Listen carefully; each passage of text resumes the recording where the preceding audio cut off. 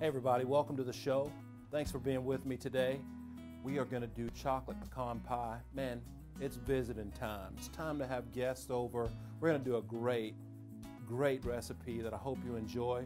So come on in, we got a lot of work to do over here in the kitchen. We got to get busy. This is cooking today.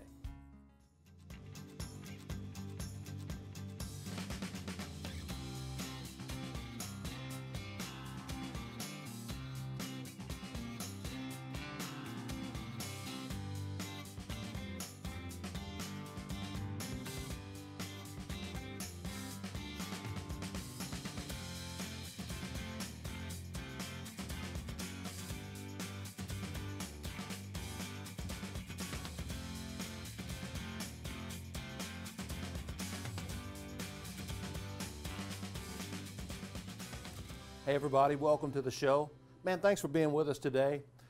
We are rolling into a great time of year. What a great, man, I love this, the weather and just the way things are going right now. It's beautiful outside, nice and crispy. And with family and friends in your house all the time, always having guests over, you know, there's always opportunities to have big groups. And so we want to be able to do some really nice things for the time of year that we can do in a little amount of time with as little effort as possible. I want to show you one of my favorites today. I'm a Southern boy, and boy, do I like pecan pie. And we're going to make a little bit different take on it today. It's just my version. We're going to use a little bit of chocolate. We're going to use a little bit of Southern comfort as well. And the first thing that I want to talk to you about is about the crust.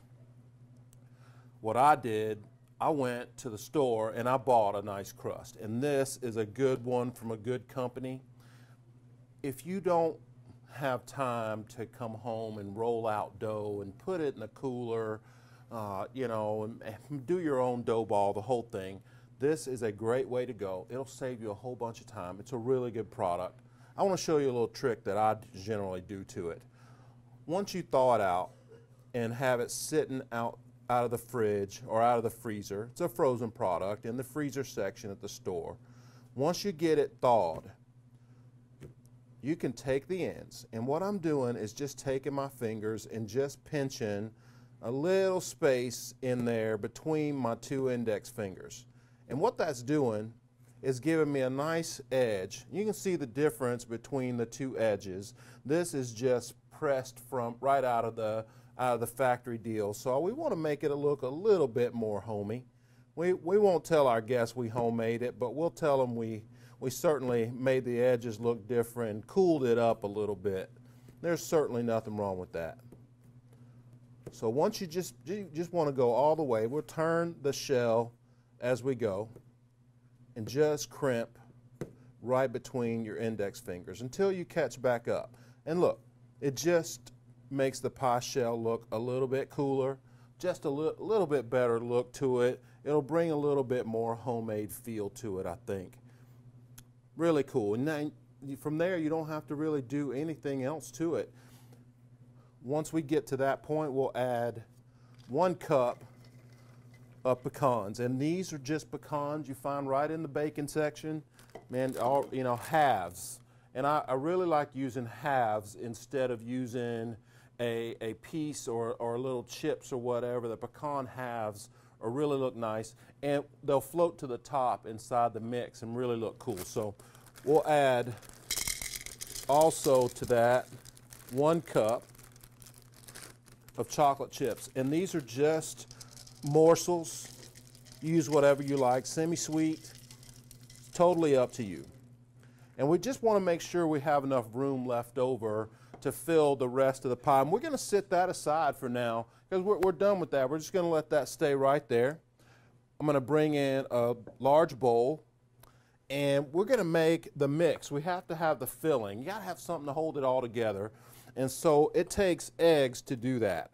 And our first job here will be to crack 3 eggs into our bowl. 1, 2, and then 3. Once we get the eggs all set up in our bowl, we are going to add to it 1.25 cups of maple syrup. So we want to measure it out. And just whatever kind of syrup you're using at home, whatever you guys like, the thicker the better, the darker the syrup the better. It'll really help make the pie darken up at the end once it's done cooking. We're not adding any Karo. This is our Karo. This is our dark syrup right here. So we're going to add our dark syrup right in with our eggs. Just like that. And at this point with the liquid as well, we're also going to add in our Southern Comfort.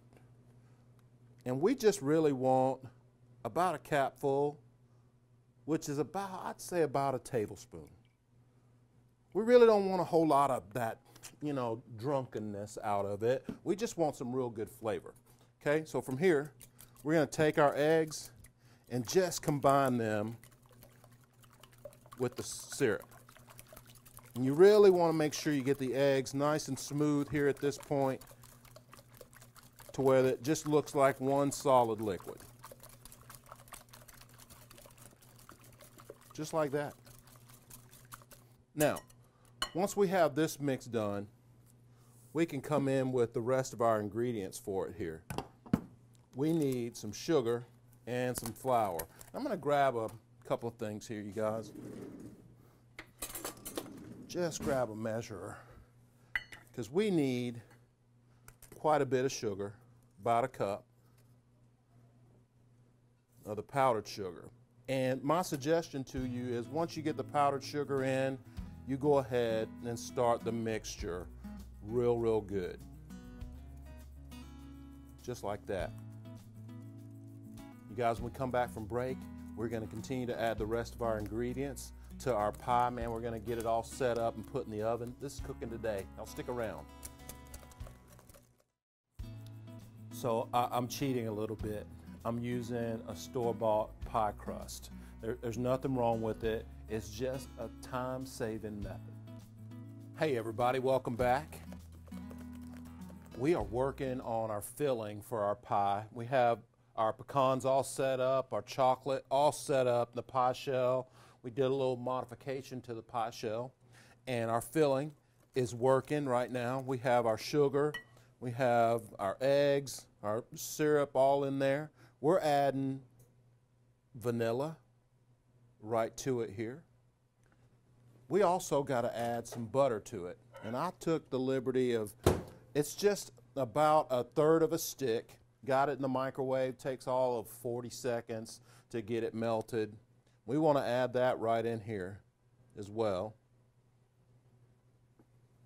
And we want to blend this. We want to continue to combine. So we're almost at the point that we can pour it into our pie. But we got to blend this up really good. And it smells so good, man. The Southern Comfort just really comes right at you. One of my favorites. I could drink it all day. Okay, so a little bit of flour, about a tablespoon of flour. And again, just like the powdered sugar, you may want to sift the flour together with the powdered sugar just so it doesn't have any clumps in it. Either way, you're going to have to blend it up really good with the whisk. And you just want to scrape the sides of your bowl. See any clumps in there, you might want to just go at them with the edge of your whisk. But that's it. This is going to rise and be really nice, real filling for our pie. It's that sugary substance that we love so much with our pie.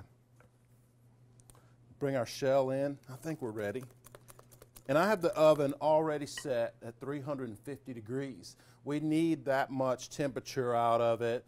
And if you have a convection oven at home, if you have just dry heat, I would just use the dry heat for about an hour. You need an hour to cook this pie. So once we start pouring the filling in, you really want to be real careful. Okay? I'm going to put in about half of it, and I'm going to start to move without digging into the bottom of the shell. I want to start to move those pecans and that chocolate around. They're all going to end up floating to the top anyway. but we just want to make sure that it is really nice and combined. You want to get all the filling down in between, all the little space. Just move it around. And don't be scared, because it's going to seem like you've got too much, but it's the perfect amount. Bowl is empty. Pie shell is full right to the top. Okay, and we'll take this guy here, set it in the sink, make sure my hands are clean. Now, if you want to, you can take your pie and set it right onto a sheet tray. It'll probably be helpful moving it in and out of the oven if you have it on a sheet tray. And there may be a little bit of spillover as well. So a sheet tray is a good idea, just for the ease of putting it in the oven, taking it out of the oven. But you can see just how full it is right there. I mean, it's just about breaking the rim, and it'll be okay. You just have to be real careful. And I am going to grab a sheet tray. There we are. I thought I had one. And it's perfect too, because it's round. So we'll take our pie, slip her onto the sheet tray just like that, just for the ease of moving it. I mean, that's perfect. We're going to put it right on the center rack of our oven, 350 degrees. Okay, so we'll get our pie all set up. We have about an hour. It's going to take us that long. Man, make sure that you set a timer when you're doing your pie. You have to make sure you get the timing right, and you also want to look in on it within the hour that you have. Okay, but I'm going to make some little extras for us today. We need some little topping. We'll probably make a little whipped cream, but we're going to make a little we're going to melt some chocolate, do some cool stuff today. What I'm going to do here is set myself up with a double boiler. So we'll take a small little pan, get us some hot water going. And you really don't need a whole lot of water for this. You just need, just enough to start the boiling process. I'm going to put that right in the middle of the stove top and set the small portion of the burner for high,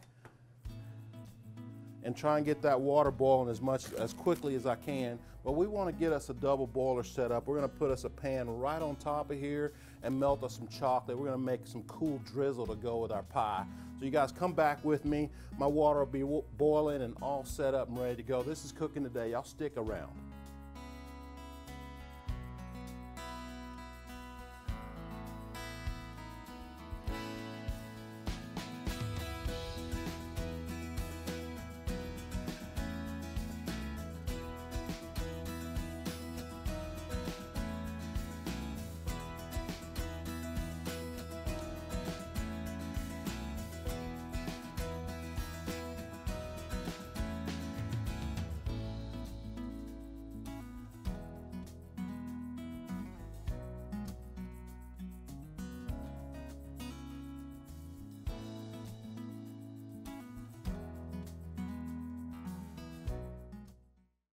Once you have the pecans and the chocolate already in the pan, we're just adding a few ingredients to make a nice liquid. We want that nice fluffy stuff that's in between the chocolate and the pecans. We have eggs, man, a little syrup will get us there. Okay, everybody, welcome back. And I have the double boiler all set up and going. I added 2 tablespoons of Southern Comfort into the glass, into the dish. And then I'm going to add the rest of the chocolate that I had left over from the actual pie. And so I'm going to walk away from the chocolate, just let it go. And I have about a cup of cream added to this bowl here. To the bowl, we'll add some powdered sugar, just some of that nice superfine sugar. I don't know, about a quarter cup. Grab my whisk. And we're just going to make some easy whipped cream. Just add some sugar to it. Man, if you want to add a little bit of flavor to it, you're more than welcome to add a little bit of booze. We'll give it a teaspoon of brandy. The other important thing when you're making whipped cream, especially like this, if you're not using the mixer like we normally do, you want to make sure that this bowl is nice and cold. Really, I mean, right out of the fridge. Stick it in the fridge, you know, a good hour before you get started with this. It'll work out perfectly. And we're going to use this whipped cream in a couple of situations here.